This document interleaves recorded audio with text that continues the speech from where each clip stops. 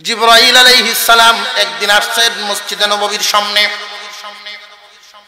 আল্লাহর জিবরাইল মসজিদে নববীর সামনে সেই জিজ্ঞাসা করেন, বলুন তো দেখি এই মুহূর্তে আল্লাহর জিবরাইল কোথায়?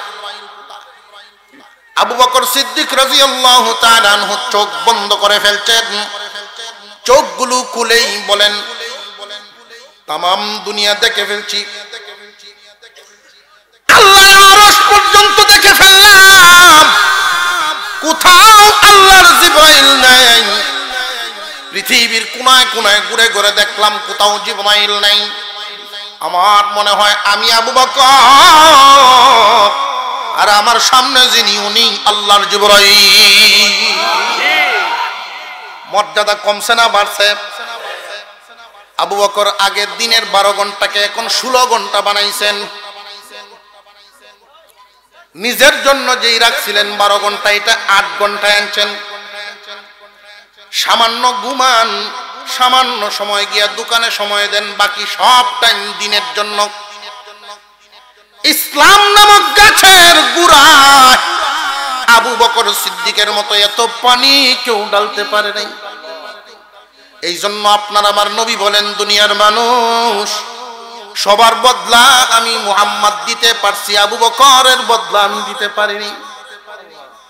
আবু বকর সিদ্দিক তো এমন এক মানুষ, জীবনের সব কিছু ইসলামের জন্য দিয়ে দিল। 16 ঘন্টা সময় দিনের জন্য দেন, নিজে দিনদার হইছেন, সন্তুষ্ট না আরেকজনকে দিনদার বানাইতে। দাওয়াতের কাজ করেন, মানুষের পিছনে মেহনত করেন, আরেকজন দিনদার বানান, আরেকজন দিনদার বানান, এইভাবে সময় দেওয়া শুরু হয়ে গেল। পাশের দোকানদারেরা আবু বকরকে ক্ষতিগ্রস্ত বলে, আবু বকর তুমি ক্ষতিগ্রস্ত, মুহাম্মাদের পিছনে গিয়া ইসলাম গ্রহণ করিয়া দিনের লাইনে সময় দিয়া ক্ষতিগ্রস্ত। দেখো আমরা ব্যবসা বাণিজ্য করিয়া আগের চাইতে অনেক উন্নত। এইভাবে দিন যাইতে যাইতে ব্যবসাটা ওনার বিক্রি করার সময় হয়ে গেল। ব্যবসা উনি বিক্রি করে দিলেন, যেই পরিমাণ টাকা পাইলেন নতুন মুসলমানদেরকে দান করা শুরু করলেন। এরপরেও যেই টাকাগুলি ছিল, হযরত আবু বকর সিদ্দিক রাদিয়াল্লাহু তাআলা আনহু বেলালকে গিয়া খরিদ করলেন, চড়া দামে বেলালকে কিনে উনি আজাদ করে দিয়েছেন। হযরত বেলাল এক জালিমের গোলাম, আল্লাহর নামটা জোরে জোরে উচ্চারণ করে এই কারণে উনারে মারে। আবু বকর গিয়া পরামর্শ দিয়েছিলেন, বেলাল আমরা তো এমন এক আল্লাহর উপরে ঈমান এনেছি যাকে আস্তে ডাকলেও শুনেন, জোরে ডাকলেও শুনেন। জোরে কর, শুনেননি না? শুনেন না? বেলাল রে আস্তে আস্তে ডাইকো, পিটার থেকে তো বস্তার। রাস্তা দিয়ে যখন ফিরত আসেন দেখেন বেলালকে মারতে মারতে কালো শরীর রক্ত দিয়ে লাল হয়ে গেছে। উত্তপ্ত বালুর মধ্যে শুয়ে রাখছে, বুকের উপর পাথর দিয়ে রাখছে যেন বডিটা নড়াচড়া করতে না পারে।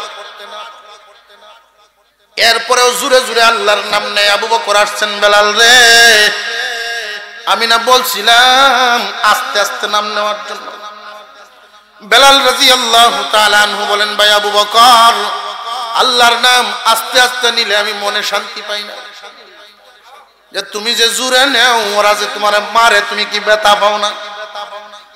এ ভাই আবু বকর, ওরা মারে আমার বডিতে, আল্লাহ শান্তি দেন আমার অন্তরে। সুবহানাল্লাহ। শান্তির সম্পর্ক কি বডির সাথে না মনের সাথে? 5 তলা বিল্ডিং এও ঘুম নাই, মনে যদি শান্তি না থাকে। রেল লাইনেও মানুষ ঘুমায় ইট মাথার তলে দিয়া। শান্তির সম্পর্ক মনের সাথে। রে আবু বকর, ওরা মারে আমার বডিতে, আল্লাহ শান্তি দেন আমার অন্তরে, আমার দুঃখ লাগে না। আবু বকর বলেন, তাহলে এমন একজন দামি মানুষকে আমি আর গোলাম রাখবো না, কিনে আজাদ করে দিই। আল্লাহর কাছে অনেক দামি মানুষ, চড়া দামে কিনছেন, চড়া দামে কিনছেন। লম্বা কাহিনী। এই খবর বিশ্ব নবীর কাছে গেছে। নবীজি বলেন, আবু বকরকে গিয়া বলো এ তো ফজিলতপূর্ণ কাজের জন্য যেন আমারও শরীক রাখে এই কাজে। আবু বকর বিশ্ব নবীর কাছে আইসা বলেন, নবীজি আমার দোকান বেচার যত টাকা ছিল সব দিয়ে বেলালকে কিনে আমি আজাদ করে দিচ্ছি। এখন কি আর আবু বকরের কিছু আছে নাকি? এই তো আবু বকরকে তারা বলতে লাগলো, আবু বকর ক্ষতিগ্রস্ত, আমরা হইলাম লাভবান। আবু বকর ক্ষতিগ্রস্ত মুহাম্মাদের সাথী হইয়া, আর আমরা হইলাম লাভবান, আমরা সফল। এই দুনিয়াদারিতে কেউ যদি বড় হয়, এই মানুষ কি সফল হতে পারবে নাকি? শুধু দুনিয়া দিয়া কি সফলতার চাবিকাঠি মাপকাঠি করা যাবে নাকি? আল্লাহ পাক রব্বুল আলামিনের পয়গম্বরের কাছে আবু বকর বাজার থেকে এই কথা শুনতে শুনতে ওনার কান ভারী হয়ে গেছে। বিশ্ব নবীর কাছে আসলেন, নবীজিকে আয়েশা বললেন, ইয়া রাসূলুল্লাহ, আমি আবু বকর আপনার কাছে আসার কারণে, আরো ভাই সবের আপনার কাছে আসার কারণে আমরা কি ক্ষতিগ্রস্ত, ওরা কি লাভবান কিনা, এটার একটা ফয়সালা আপনার কাছ থেকে শুনতে চাই। ওগো নবীজি, একজন মানুষ খুব ভালো করে বুঝবেন, দুইজন রিকশাওয়ালা যদি একসাথে রিকশা নিয়ে বাহির হয়, বাইর হইছে সকাল 10টায়, ঘরে আসলো আবার রাত 10টায়, 12 ঘন্টা ডিউটি করার কারণে জোহর আসর মাগরিব এশা 4 ওয়াক্ত নামাজ আছে না নাই? দুইজন রিকশাওয়ালা, একজন নামাজি আর একজন বেনামাজি। একজন যদি 4 ওয়াক্ত নামাজ পড়ে 1 ঘন্টার কমপক্ষে দরকার আছে না নাই? এই নামাজি 4 ওয়াক্ত নামাজ পড়ার কারণে 1 ঘন্টা রিকশা কম চালাইছে, আর আরেকজন বেনামাজি হওয়ার কারণে 1 ঘন্টা রিকশা বেশি চালাইছে। রাতের বেলায় যখন টাকা হিসাব করে, একজনের 500 আর একজনের 600। 5 ওয়াক্ত 4 ওয়াক্ত নামাজ পড়ার কারণে 100 টাকা রুজি রোজগার কম হইছে, 4 ওয়াক্ত নামাজ না পড়ার কারণে 100 রুজি বেশি হইছে। এতে করে সে গর্ববোধ করতেছে, রে এই নামাজি, নামাজে তোরে কি বাদ দিব, দেখ আমি তোর চাইতে সফল, 100 টাকা তোর চাইতে আমি লাভবান। এইরকম বলনেওয়ালা সমাজে অনেক আছে। কেউ যদি চিল্লা লাগায়, 40 দিনের চিল্লায় যায়, আর একজনে তার এই কথা বলতে পারে, 40 দিন চিল্লা লাগানোর কারণে সময়ও গেল, টাকাও গেল, তুমি তো দুনিয়ার কিছু পাইলা না। আর আমি 40 দিন ঢাকা চিটাগাং কাজ কাম করিয়া নিয়ে আসলাম 10,000, তোমার তো দিনও 40,000, 40টা গেল, 5,000 টাকাও গেল, আমি লাভবান, তুমি ক্ষতিগ্রস্ত। এই লোকটা দুনিয়াদার, আসল বুঝে না, এই কারণে এই কথা বলে। দুইজন রিকশাওয়ালা, বেনামাজি লোকটা নিজের লাভবান মনে করতেছে, অথচ নামাজিটা মুস্কি একখান হাসি দিয়া বলে, ভাই রে, তুই তো শুধু দুনিয়া পাইলে, আর আমি দুটাই পাইলাম। 4 ওয়াক্ত নামাজ পড়ে 100 টাকা কম পাইলাম, 500 তো পাইলাম, কিন্তু তুমি তো শুধু দুনিয়া পাইলা, দিন বলতে কিছুই পাইলা না। আর আমি দিন টিকরাইকা দুনিয়া তোমার চাইতে সামান্য কম পাইছি। আমি মনে করি আমি সফল, তুমি সম্পূর্ণ বিফল। আবু বকর সিদ্দিক রাদিয়াল্লাহু তাআলা আনহু বিশ্ব নবীর দরবারে গিয়া প্রশ্ন করলেন, নবীজি, আমরা কি সফল না বিফল? আপনার আমার নবী বিশ্ব নবী রাহমাতুল লিল আলামিন ওই সময় সাহাবীদেরকে উদ্দেশ্য করে সান্ত্বনামূলক বাণী শোনাইবার নিয়ত করেছেন। এমনি শোনা যায় জিবরাইল আলাইহিস সালামের আসার আওয়াজ। একটু জোরে কোন না সুবহানাল্লাহ। আল্লাহর নবী বলেন, এই মুহূর্তে জিবরাইল আসতেছেন, অবশ্যই আল্লাহর পক্ষ থেকে কোনো সমাধান আসবে, আল্লাহর পক্ষ থেকে কোনো বয়ান আসবে। জিবরাইল আমিন আসছেন। জিবরাইল এসে বলেন, ওগো পয়গম্বর, আল্লাহ বলেছেন এদের সান্ত্বনামূলক বাণীটা আপনি দিবেন না, স্বয়ং আল্লাহ দিবেন। শুধু আবু বকর নয়, আদম থেকে নিয়ে কিয়ামত পর্যন্ত এই যে ওয়াল আসরি, একটা ব্যাখ্যা করলাম ওয়াল আসরের, আসরের অর্থ সময়, আর একটা ব্যাখ্যা হলো আসর বলে আল্লাহ পাক বুঝাইলেন আদম থেকে নিয়ে কিয়ামত পর্যন্ত পুরাটাই একটা সময়, পুরা সময়টার কসম। আদম থেকে নিয়ে কিয়ামত পর্যন্ত পুরা সময়টার কসম। ওয়াল আসর, तमाम जिंदगीर कसम, इन्नल इंसान लफी खुस्र, আদম থেকে নিয়ে কিয়ামত পর্যন্ত সমস্ত জামানার মানুষ আছে, সমস্ত মানুষের ভিতরে সব আছে না নাই? মহান আল্লাহ পাক পরের আয়াতে যেহেতু সমস্ত মানুষের কসম খাইছেন, এই জন্য সমস্ত যুগের সময়ের কসম, সমস্ত যুগের সময়ের কসম, সমস্ত মানুষ ক্ষতিগ্রস্ত। আদম যুগের মানুষ ক্ষতিগ্রস্ত, নূহ পয়গম্বরের যুগের মানুষ ক্ষতিগ্রস্ত, ইব্রাহিম নবীর যুগের মানুষ ক্ষতিগ্রস্ত, মুসা নবীর যুগের মানুষ ক্ষতিগ্রস্ত, ঈসা নবীর যুগের মানুষ ক্ষতিগ্রস্ত, আপনার যুগের মানুষ ক্ষতিগ্রস্ত, কিয়ামত পর্যন্ত সব যুগের মানুষ ক্ষতিগ্রস্ত। কিন্তু তারা নয় যাদের কাছে 4 গুণ থাকবে।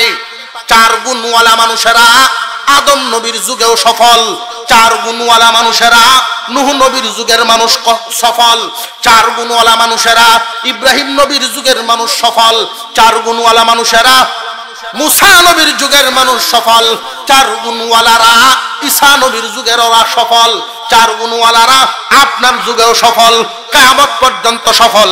4 গুণ থাকবে না, বিল্ডিং থাকলেও সফল হবে না। ব্যাখ্যাটা বুঝে আসতেছে? 4 গুণ। 1 নাম্বার হুজুর বলেছিলেন, 1 নাম্বার কি? ঈমান।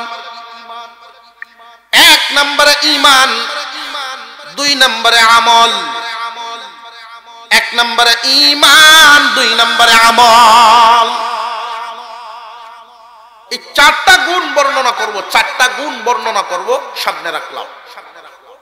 হাদিস যে বলছিলাম কয়টা নিয়ামত? 5টা নিয়ামত, 5টা মাল, 5টা বিষয়কে গনিমত মনে করো, 5টা জিনিস সামনে আসার আগে।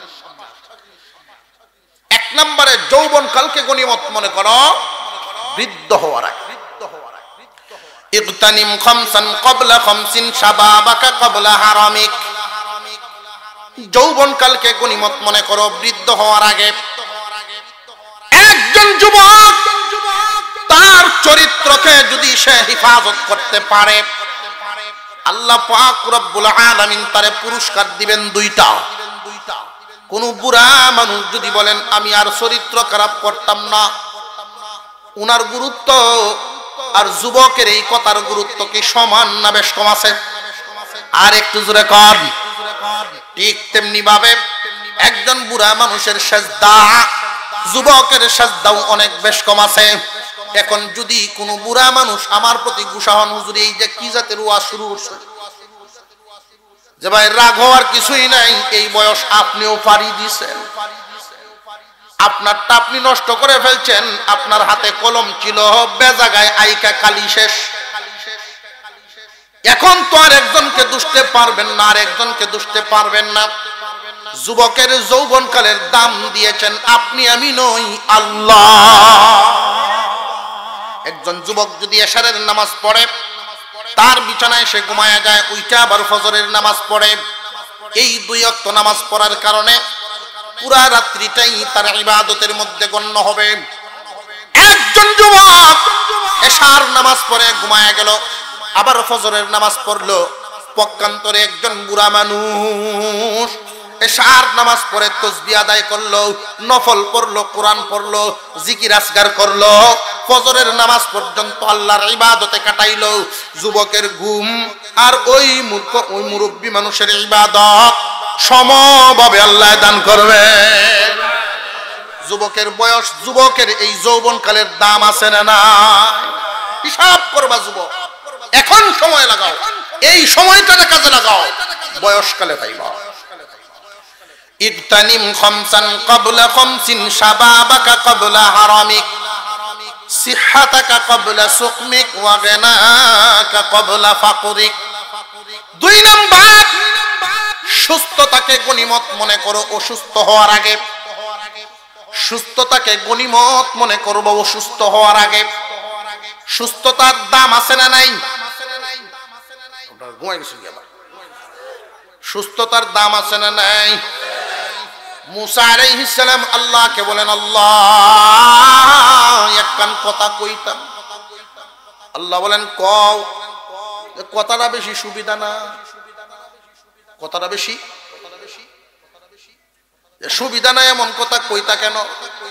এই জন্যই তো অনুমতি চাইতেছি। মুসা আলাইহিস সালাম তো আল্লাহর সাথে সরাসরি কথা বলতে পারতেন। মুসা আলাইহিস সালাম বলেন, আল্লাহ আগে মাপ চাই লইতেছি। কি কথা? আমি যদি আল্লাহ হইতাম, তুমি যদি বান্দা হইতাম, এটা কি সম্ভব? সম্ভব না তো এটা আমিও জানি। এর লাগে কিন্তু যদি কইছি, এর লাগে ওই যদি কইছি, যদি ওই তো তাহলে তুমি আমার কাছে কি চাইলা? যখন তো আমি চাই তখন তুমি কি তা চাইলা? কও। আল্লাহ বলেন, আমি তোর কাছে সুস্থতা চাইলাম না, আমি তোর কাছে সুস্থতা চাইলাম। মুসা মুসা আলাইহিস সালাম বর্ণনা করেন, এরপরে যত দোয়া করেছি জীবনে কোনোদিন সুস্থতা শব্দটা বাদ দেই নাই। তখন বুঝে ফেলেছি সুস্থতা বড় এক নিয়ামত।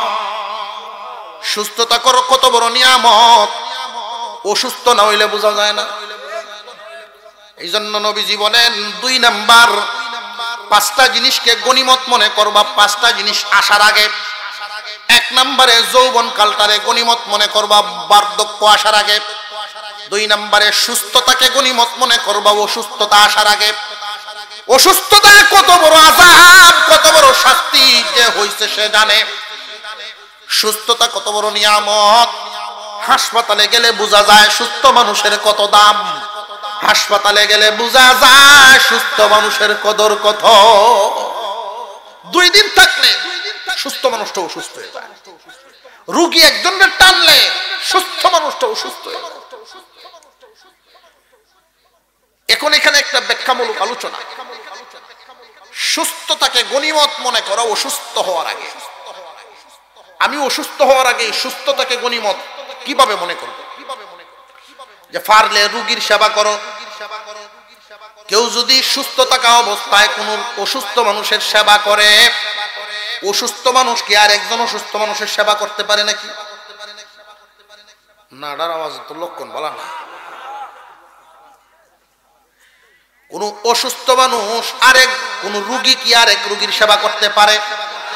আল্লাহর নবী বলেন, নিজে রোগী হওয়ার আগে আরেক রোগীর সেবা করো। অনেকের মা বাপ এমন বুড়া হইছেন, ঘরের ভিতরে স্ট্রোক করে পড়ে আছেন। বুড়া মানুষ টানতে টানতে, রোগী টানতে টানতে অনেকে অতিষ্ঠ হয়ে যায়। আল্লাহর পয়গম্বর বলেন, কেউ যদি এমন হয় কোন একজন রোগীর সেবা করো, সুসংবাদ লও, তোমার নামে আল্লাহ পাক জান্নাতে বালাখানা বানাইতেছেন। রোগীর সেবা করলে তুমি লসে পড়বা না। রোগী যদি টানবার পারো জান্নাতের মালিক হইবা। রোগীর সেবা করলে কি লস না লাভ? একজন মানুষের আব্বা সুস্থ অবস্থায় চলতে ফিরতেই মারা গেছেন। সন্তানরা খুব খুশি। অন্যান্য সন্তানদের আবার এমন আছে, কোন একজনের সন্তান বড় হইছেন, সংসারী হইছেন, উনি গর্ভবতী হয়ে গেছেন। এই সন্তান যদি এটা মনে না করে, তারার কপাল বালা, আমার কপাল খারাপ।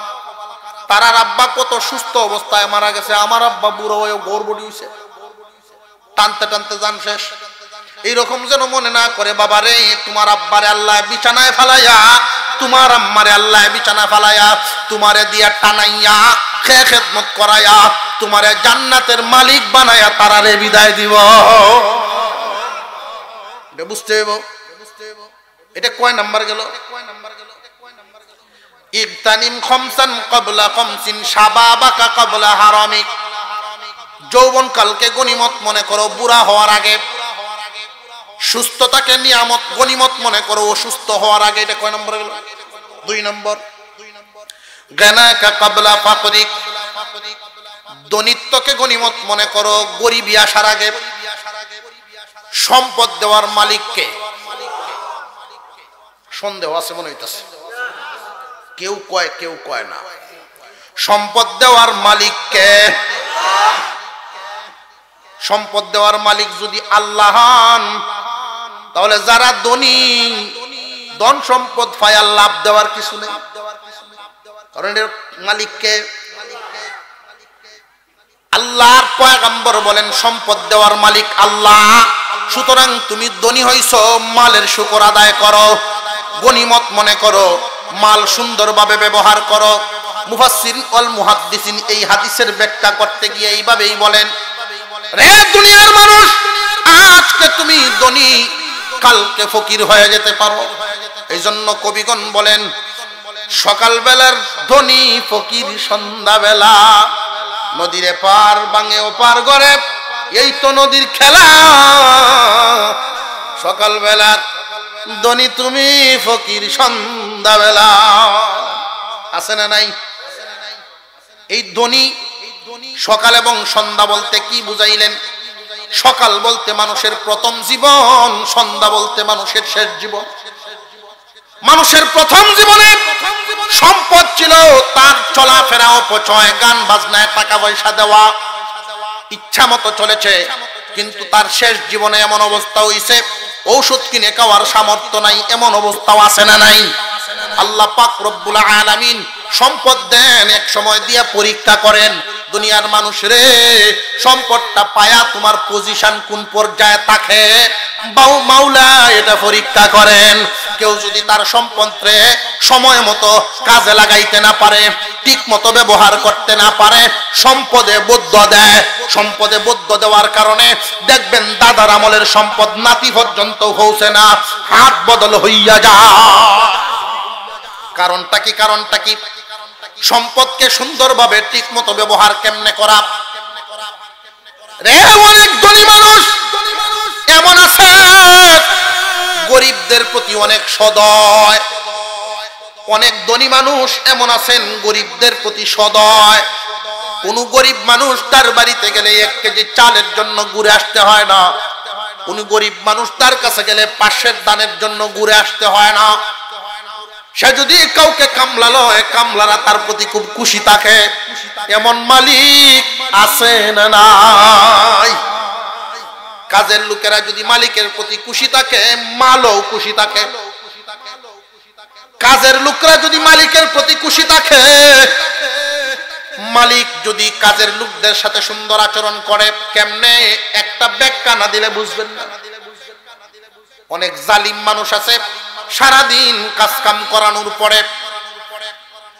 একজন মানুষ যখন কাজ করে, বান্দারে তুমিও মানুষ, রক্ত মাংসের গড়া, সেও মানুষ, রক্ত মাংসের গড়া। তার জমিনে কাজ করো, সে মালিক, তুমি গোলাম। তার মনে কি একটা আঘাত আছে না নাই? আমি গোলাম, আরেকজন মালিকের কাজ করতেছি। আল্লাহ তারে ধনী বানাইছে, আমারে গরিব বানাইছে, এর একটা কষ্ট তো আছে।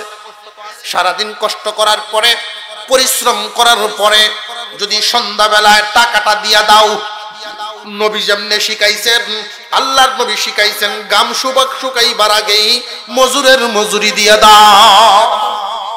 গাম শুকাইবার আগেই দিয়া দাও। এই জন্য উত্তম মালিক যারা সুন্দরভাবে মাল সম্পদের ব্যবহার করতে চান, কথাটা লইয়া যান, টাকা পকেটে লইয়া কামলা লইবেন। টাকা আগে পকেটে লইয়া, এরপরে কাজের লোক রাখবেন। সন্ধ্যাবেলার আগেই যখন কাজ শেষ, পারলে তারে 1 গ্লাস পানি পান করায়া দেন। বাইরে নে, কষ্ট দিলাম তোরে, কষ্ট দিলাম, নে টাকাটা।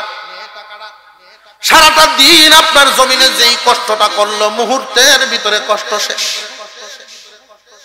মালেও দোয়া করে, ব্যক্তিও আপনার জন্য দোয়া করে। আর অনেক জালিম সারাদিন কাজ করানোর পরে কয় বাজারে দেখা করিস, আছে না নাই? বাড়ির যখন যায়, বিবি কয় সারাদিন কষ্ট করলা, টেহা কই? বাজার আনুন লাগবো, আনবাতে রানমু।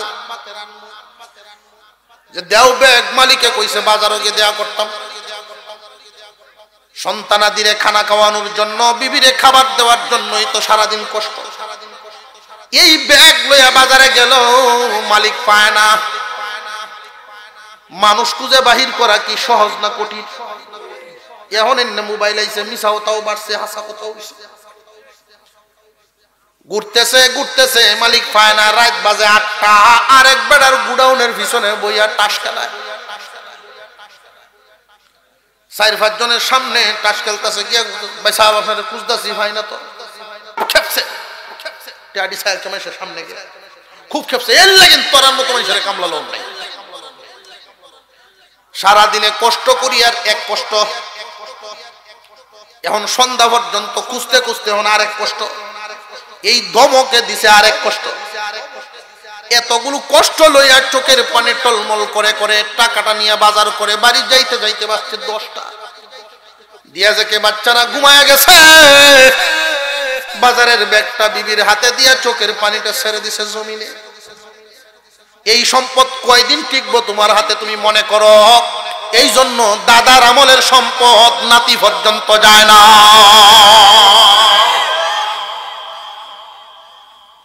দনিত্বকে গনিমত মনে করো ফকিরি আসার আগে, দনিত্বকে গনিমত মনে করবা ফকিরি আসার আগে।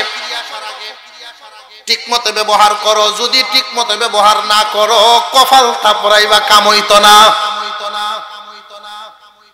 এমন পরিবর্তন চলে আসবে, যাদের উপরে তুমি জুলুম করেছ তারারে আল্লাহ মালিক বানাইব। দুর্বল মানুষ সবল হবে, আর জালিমরা দুর্বল হইয়া এদের বংশধর তাদের বংশের বাড়িতে গিয়া কাজের লোক হইব। এমন পরিবর্তন, খুব সাবধান। সবকিছু কার হাতে? আরো জুড়ে। সচরাচর চোখে দেখতেছি, বাস্তব চিত্র হাদিসের সাথে মিলে, বাস্তব চিত্রগুলো হাদিসের সাথে মিলে যায়। একজন কাজের লোক যদি পরের বাড়িতে কাজ করে, রে দুর্বল ভাই যারা আছেন, গরিব গুরাবা যারা আছে, তারাও যেন শুনিয়া রাখে একটা কথা, পরের কাজটারে পরের মনে করিয়া করা যাবে না। যদি করো দিন বদলাবে না। পরের কাজটারে নিজের মনে করিয়া যদি করো, লোকমান হাকিম লোকমানের নামে কোরআনে একখান সূরা আছে।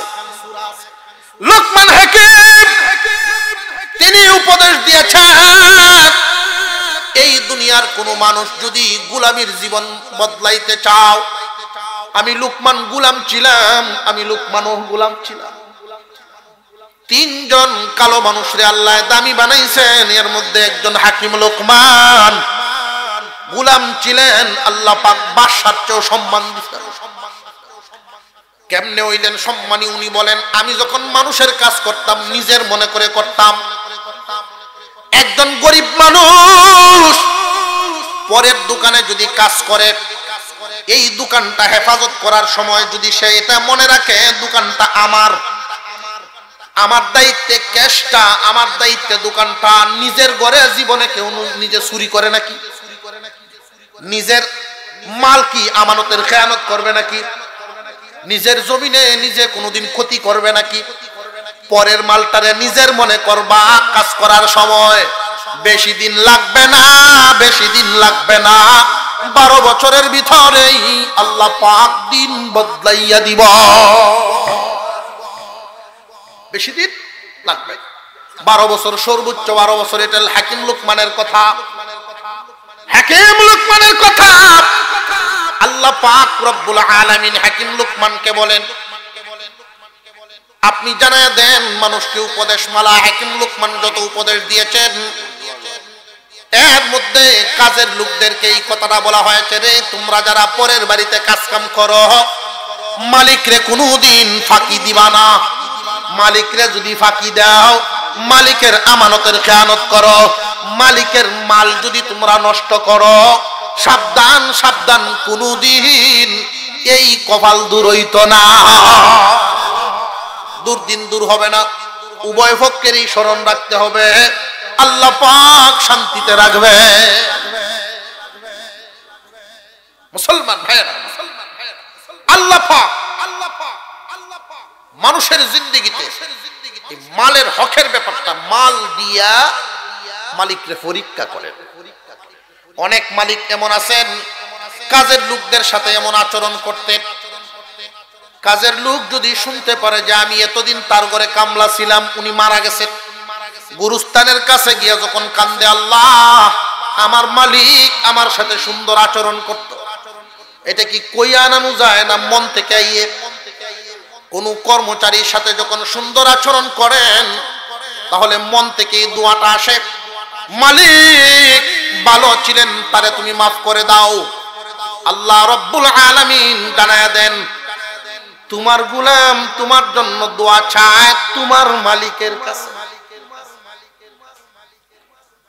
কোন একজন মানুষ দুর্বলের সাথে যখন সুন্দর আচরণ করে, আল্লাহ খুশি হইয়া মালে বরকত দেন, ইজ্জত বাড়ায়া দেন, গুনাহ মাফ করে। এটা গেল 3 নাম্বার। ফারাগাকা কাবলা শুগলিক। 4 নম্বরে অবসর সময়ের কাজে লাগাও ব্যস্ত হওয়ার আগে। অবসর সময় নষ্ট করবা না, অবসর সময়ের কাজে লাগাও ব্যস্ত হওয়ার আগে। 5 নাম্বার হায়াতাকা কাবলা মাউতিক। হায়াতকে কাজে লাগাও মওত আসার আগে। 4 গুণে গুণান্বিত মানুষ যারা, তারা হবে সফল, পৃথিবীর সব মানুষ বিফল। এটা কার কথা? আল্লাহ। ওয়াল আসরি ইন্নাল ইনসানা লাফি খুসর ইল্লাল্লাযীনা আমানু ওয়া আমিলুস সালিহাত ওয়া তাওয়াসাউ বিল হাক্কি ওয়া তাওয়াসাউ বিস সবর। 1 নাম্বার ঈমানওয়ালা, 2 নম্বরে আমলওয়ালা, 3 নম্বরে সৎ কাজে আদেশওয়ালা, 4 নম্বরে অসৎ কাজে বাধাওয়ালা। এইখানে সৎ কাজের আদেশ আর অসৎ কাজে যেই বাধা, এটার মধ্যে আলোচনা আছে। সৎ কাজে আদেশ, অসৎ কাজে বাধা দিতে গিয়া অনেক সময় বিপদের সম্মুখীন হওয়া লাগে না লাগে না? হক কথা বললে কারোর উপরে পড়লে তার কাছে টক তিতা লাগতে পারেনি না পারে না? সুদখোরের বিরুদ্ধে কথা বলবেন, এটা তার উপরে লাগবে। ঘুষখোরের বিরুদ্ধে কথা বলবেন, এটা তার উপরে লাগবে। এটাই স্বাভাবিক, দুনিয়ার রীতি। একজন মানুষ 4 গুণে গুণান্বিত হয়ে গেলে এই মানুষ সফল। 1 নাম্বার ঈমানদার। শুধু ঈমানদার হলেই সফল নয়, পরিপূর্ণ সফল নয়। শুধু ঈমানদার হইলে জাহান্নাম থেকে, চিরস্থায়ী জাহান্নাম থেকে বাঁচার মতো সফলতা পাইবে। শুধু ঈমানই আছে, তার কোনো ভালো আমল নেই, চিরস্থায়ী জাহান্নাম থেকে বাঁচার জন্য এতটুকু সফলতা পাইল। 2 নাম্বার গুণটা হলো আমলওয়ালা হয়ে যাও।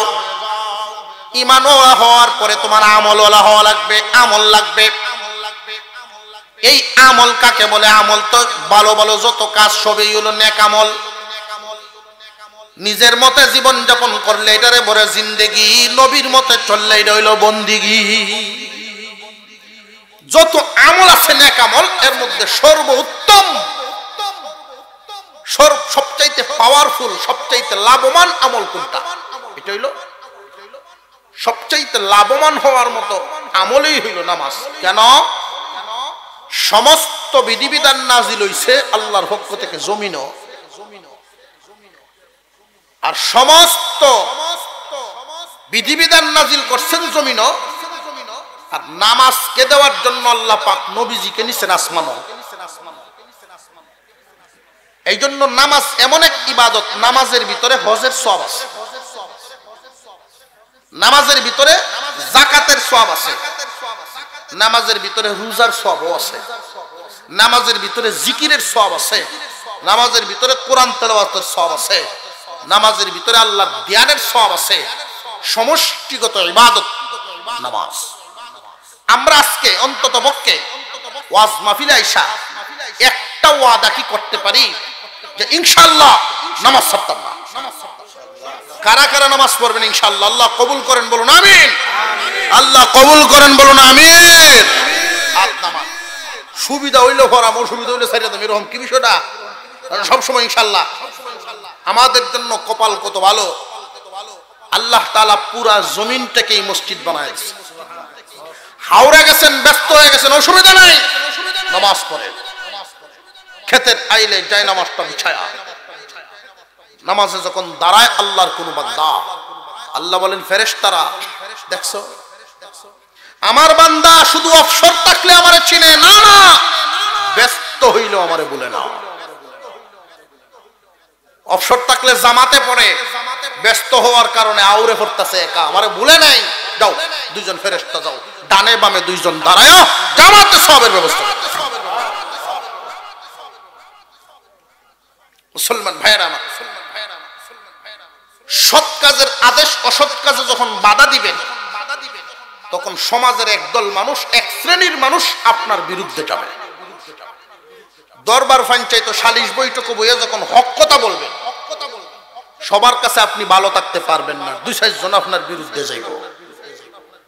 সুযোগ খুঁজবো কেমনে আপনার একটু সিফাত ফালানি যায়। আছে না এমন চিত্র? আমাদের এই জমিনে এমন চিত্র আমরা দেখি, মার্ডার মামলার আসামি মুছো তেল দিয়া গুড়া,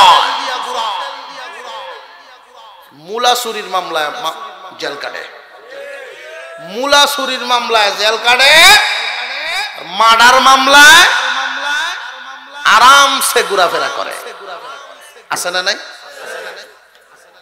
প্রকাশ্যে দিবালুখে হত্যা করেও জেলের বাইরে, আর হক কথা বলার কারণে জেলের ভিতরে। মুসলমান ভাইয়েরা, এই পৃথিবীর জমিনে এটা নিয়ম আল্লাহ পাক এই জন্য জানায় দিয়েছেন, তুমি ইমানদার হইবা, আমলদার হইবা, এরপরে সৎ কাজে আদেশ অসৎ কাজে বাধা দেনে ওলা হইবা, বৃষ্টির মতো বিপদ তোমার দিকে আসতে থাকবে। তখন কি করবা? অথবা সবরের উপরে অটল থাকবা। তোমারে হামলা মামলা দেখাইবে, খুব ভালো করে বুঝেন এই কথাটা, খুব গুরুত্বপূর্ণ, গুরুত্বের সাথে বুঝতে হবে। আল্লাহর পয়গম্বরের দলের লোক, আল্লাহর নবীর দলের লোক, নবীর দলের লোক আর নবীর দলের লোক না, দুই দল কি সমান না অনেক বেশ কম? মুহাম্মাদুর রাসূলুল্লাহ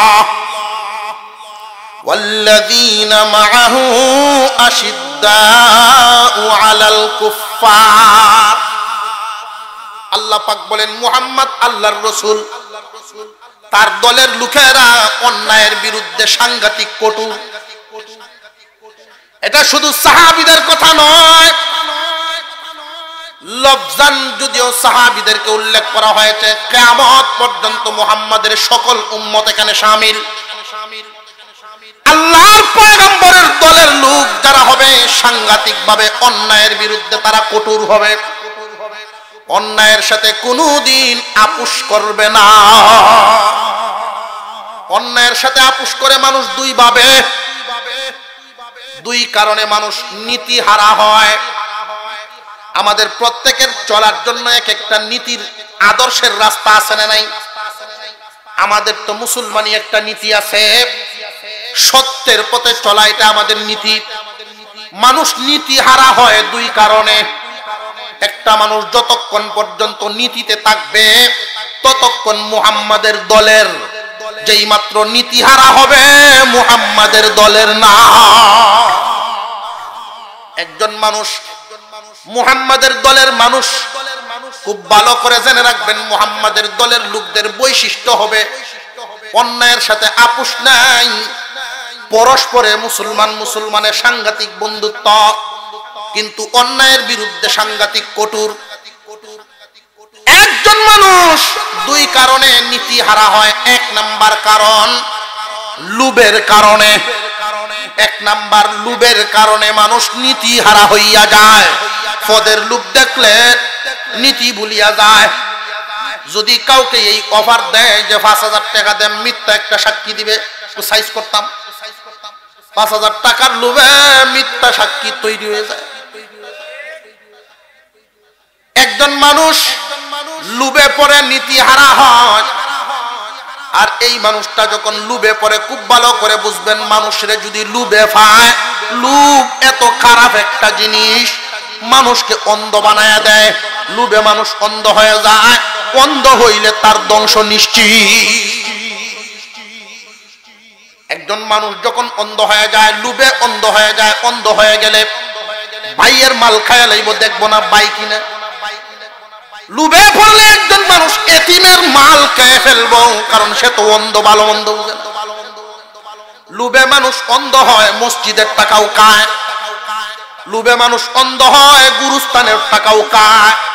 লোভে মানুষ অন্ধ হয়, অসহায় গরিব মিসকিনদের পয়সাও খায়, জাকাতের পয়সাও খাইলা, লিল্লা সত্তাও খাইলা।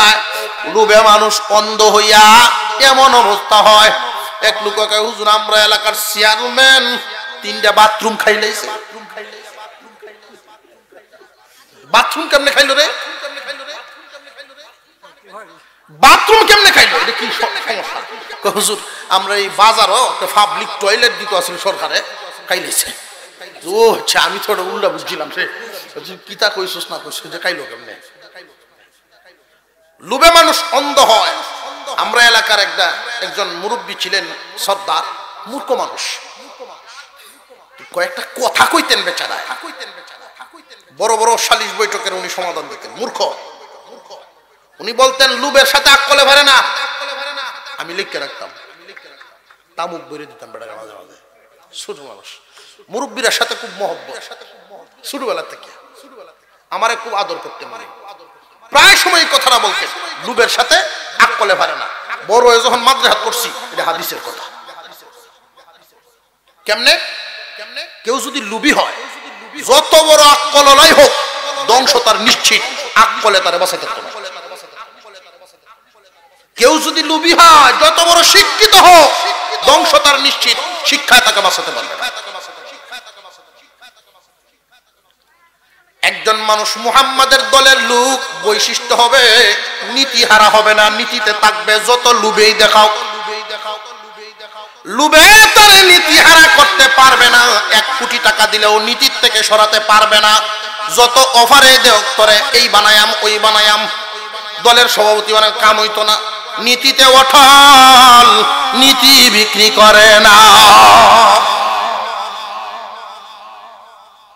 লোভে ফেলায় যখন কাম হইল না, 2 নাম্বার সুরত হইল ভয় ভীতি দেখায়া। মাইরের ভয়, ডাকাতির ভয়, চুরির ভয়, মাল লুণ্ঠনের ভয়, মামলার ভয়, হামলার ভয়। এই ভয় ভীতি দেখাইয়া নীতি হারা করবার চায়। আগের দিন দেখা যায় এক নীতি, পরের দিন দেখা যায় আরেক নীতি। আগের দিন এক কথা কয়, পরের দিন আরেক কথা কয়। কেন কয়? আমার নিয়ে বাড়িতে কইছে যে আমার ঠ্যাঙ্গি বলে ভাঙ্গি লাগবে, ডরায় কইতেছি। কিন্তু মুহাম্মাদের দলের লোক মরব, তবু নীতি হারা হবে না। আল্লাহর পয়গম্বরের দলের লোক যারা হবে, নীতিবান এত হবে, ভয়ে তারে নীতি হারা করতে পারবে না। তার যদি হাড়গুড় ব্যাঙ্গেও ফেলে, নীতিতেই থাকবে। জেল কাটাইব, নীতিতেই থাকবে। সম্পদ নিয়ে যাবে, তবু নীতিতেই থাকবে। তারে যদি ফকির বানায় দেয়, চলে যাবে, নীতি হারাবে না। সম্পদ হারাবে, নীতি হারাবে না। এই যে কথাটা বলছিলাম, 4 গুণের অধিকারী সফল। আল্লাহ বলেন আসরের সময়ের কসম, ইন্নাল ইনসানা লাফি খুসর, নিশ্চয়ই মানব জাতি বিফল। আদম থেকে নিয়ে কিয়ামত পর্যন্ত সবই তো মানব জাতি, সব মানব জাতি বিফল। সময়ের কসম অর্থাৎ হায়াতের কসম। সময় বলতে হায়াত, হায়াতের কসম, সর্বযুগের সব মানুষ বিফল। ইল্লাল্লাযীনা আমানু ওয়া আমিলুস সালিহাত ওয়া তাওয়াসাউ বিল হাক্কি ওয়া তাওয়াসাউ বিস সাবর। কিন্তু তারা নয়। নবী আবু বকরকে জানায়া দেন, সাথীদেরকে জানায়া দেন, কিয়ামত পর্যন্ত আমি একটা মাপকাঠি রাইখা দিলাম। কে সফল বলল, কে বিফল বলল, ওই দিকে আপনারা তাকাবেন না, মাপকাঠির দিকে তাকাবেন। কাউরে সফল এবং বিফল যদি বলতে চান, মাপকাঠিতে আগে ফেলাইবেন। যদি স্কেলের মাপে পড়ে, লোকটা হবে সফল। স্কেলের মাপে যদি না পড়ে, দুনিয়ার সব মানুষ বাহাবার দিলেও সফল হতে পারবে না। স্কেলের মাপকাঠিতে আল্লাহ দিয়ে দিচ্ছেন 4 গুণ। 1 নম্বরে ইমানওয়ালা, দুই নম্বরে আমলওয়ালা, তিন নম্বরে ইমান এবং আমল লইয়া সে শান্ত নয়, আরেকজনের আমলের দিকে ডাকে। সৎ কাজে আদেশ, অসৎ কাজে বাধা দেওয়া, এটাও কিন্তু লাগবে। আপনার সমাজে শুধুমাত্র ইমান আর আমল আছে, সৎ কাজে আদেশ, অসৎ কাজে বাধা এটা নাই। ইমান আর আমল দিয়া সমাজ ঠিক রাখতে পারবেন না। ইমান আর আমল হইল সমাজ ঠিক রাখার ভিতরের বস্তু, আর সৎ কাজে আদেশ, অসৎ কাজে বাধা হইল এটা একটা চতুর্দিকের বাউন্ডারি। বাউন্ডারি যদি ঠিক থাকে খারাপ বস্তু ঢুকতে পারবে না। বাউন্ডারি যদি ঠিক না থাকে বিভিন্ন ধরনের ভাইরাস ঢুইকা সমাজ নষ্ট করিয়া দিব। সৎ কাজের আদেশ, অসৎ কাজের বাধা এটা মজবুত ভাবে থাকতে হবে সমাজে। যদি মনে করেন উত্তর পাড়ার অমুকের ভূতে গাঞ্জা খায়, আমার কি হইছে? দক্ষিণ পাড়ার অমুকের ভূত নেশা করে, আমার কি হইছে? এই কথা বলার সুযোগ নাই, কারণ এই এই দোষটা কিন্তু উত্তর পাড়ায় থাকবে না, তোমার ঘর পর্যন্ত আয়া পড়ব। এই জন্য সময় থাকতে বাধা দেও। অসৎ কাজে বাধা, সৎ কাজের দিকে ডাকা। অসৎ কাজে বাধা দিলে সমাজ বাঁচবো, আর সৎ কাজে যদি আদেশ দেও তুমি লাভবান হইবা। কেমনে জানোনি? আজকে তুমি ভাই নামাজি, তোমার উসিলায় যদি আরেকজন নামাজি হইয়া যায়, সারা জিন্দেগিতে যেই পরিমাণ নেকি কামাইব, ওই পরিমাণ নেকি আল্লাহর পক্ষ থেকে তোমারে দেওয়া হইব। সৎ কাজের আদেশ, অসৎ কাজের বাধার দরকার আছে না নাই? এই তিনটা গুণ যখন আপনার মধ্যে চলে আসবে, ইমানওয়ালা, আমলওয়ালা এবং সৎ কাজে আদেশ, অসৎ কাজে বাধা দেনেওয়ালা, সমাজের মধ্যে যখন তোমার মতো মানুষ এমন থাকবে, আল্লাহই বলে দিছেন ওয়াতাওয়াসাউ বিসসবর। সবরের আদেশটা কেন দিলেন? সবরের ওয়াজ কেন করলেন? মুফাসসিরিনে কেরাম বলেন সবরের ওয়াজ আল্লাহ এই কারণেই করলেন, তিন গুণের গুণী যারা হবে যুগে যুগেই এমন এক হালতের মধ্যে পড়বে, আপদ বিপদ, জুলুম, অত্যাচার তার দিকে বৃষ্টির মতো আসবে। এই সময় যেন নিজেকে অন্যায়ের সাথে আপোষ না করায়, সে যেন অটল থাকে, সবর এবং ধৈর্য ধরিয়া যেন অপটল থাকে। যদি থাকতে পারে ওই মানুষই সফল হইব। কেমনে? জেল কাটলো তো সফল হইল কেমনে? ক্ষতিগ্রস্ত হইল তো সফল হইল কেমনে? প্রশ্ন জাগে না জাগে না? দরবার সালিশ হইল, ঘুষখোরের সাথে হাত মিলাই নাই, প্রয়োজনে পরাজয় বরণ করছে, তবু ঘুষখোরের সাথে হাত মিলাই নাই, ঘুষ দেয় নাই, পরাজয় নিছে তবু ঘুষ দেয় নাই, তাহলে সফল কেমনে হইল? সফল হবে আল্লাহর কথা সফল। একজন মানুষ যদি অন্যায়ের সাথে আপোষ না করে, আল্লাহ পাক বলেন ওরা সফল। আল্লাহ বলছেন ওরা সফল কেমনে? খুব ভালো করে মনে রাখবেন, আজকে যদি ও সালিশ বৈঠকের জন্য ৫,০০০ টাকা ঘুষ খায়া তুমি একজনকে জিতায়া দাও, ওই মানুষ তোমারে সকাল বেলায় ধন্যবাদ দিব, বাজারও গিয়া নাস্তা করাইবো, চাচা তুমি একখান বেডা হই, তুমি যতদিন বাচ্চা আছো আমরার চিন্তা নাই। কিন্তু তোমার আড়ালে তোমার ব্যাপারে মানুষের সাথে আলোচনা করবো, এর মতো একটা কম দামা মানুষ নাই। মরার পরে মন থেকে সম্মান নেই। তাহলে কি লোকটা আসলে সফল হইল না বিফল? যেই মানুষটা দুনিয়ায় জেল কাটছে হক পথে থাকতে গিয়া, ক্ষতিগ্রস্ত হইছে হক পথে থাকতে গিয়া, অন্যায়ের সাথে আপোষ করে নাই, আড়ালে মানুষের আড়ালে মনে মনে হইল তারে সম্মান দিব না, লুকে কান টাকা দিয়া কিনা যায় না, ভয় দেখায়ও নীতি হারা করা যায় না, লুকে কান। মরার পরেও যদি অন্যায়কারীরা তোমার কবরের কাজ দিয়া যায়, কবরটার কাছে গেলেই তারার পশম দাঁড়ায় যাইব তোমার ডরে। বলতে বাধ্য লুকে কান ছিল। ঠিক না বে ঠিক? এই জন্যই চারটা গুণ, চার গুণওয়ালা সফল, বাকি সব বিফল। আল্লাহ পাক যেন আমাদেরকে চারটা গুণওয়ালা বানায় দেন, বলেন আমিন।